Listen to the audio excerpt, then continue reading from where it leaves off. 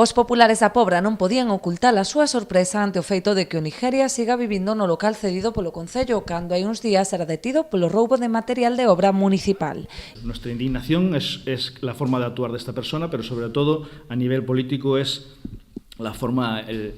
actuar de nuestro alcalde, que al final incluso pone en duda la actuación de la Guardia Civil cuando está pidiendo un informe de la actuación policial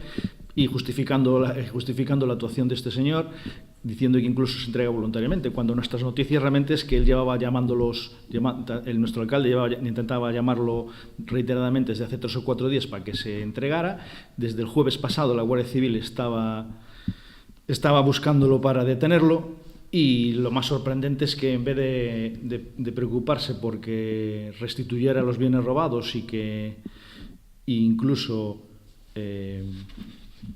reponer todo el daño que ha hecho a los distintos vecinos, nos encontramos que ayer, cuando este señor sale, pues le siguen dejando a disposición de la vivienda de la que estamos hablando, de bien social. Por este motivo, volverán levar a pleno a reprobación do alcalde e do concelleiro de Servizos Sociais ante unha situación que cualifican de injusta. Vamos a volver a presentar una moción al pleno reprobando y pidiendo la dimisión del alcalde y del concejal de Servicios Sociales, porque no nos parece serio ni justo que la gente honrada, trabajadora, que cumple con sus obligaciones, tenga que estar viendo como alguien que ha entrado en sus viviendas, que ha causado alarma social y que encima se permite el lujo de robarnos a todos al robar bienes de nuestro municipio,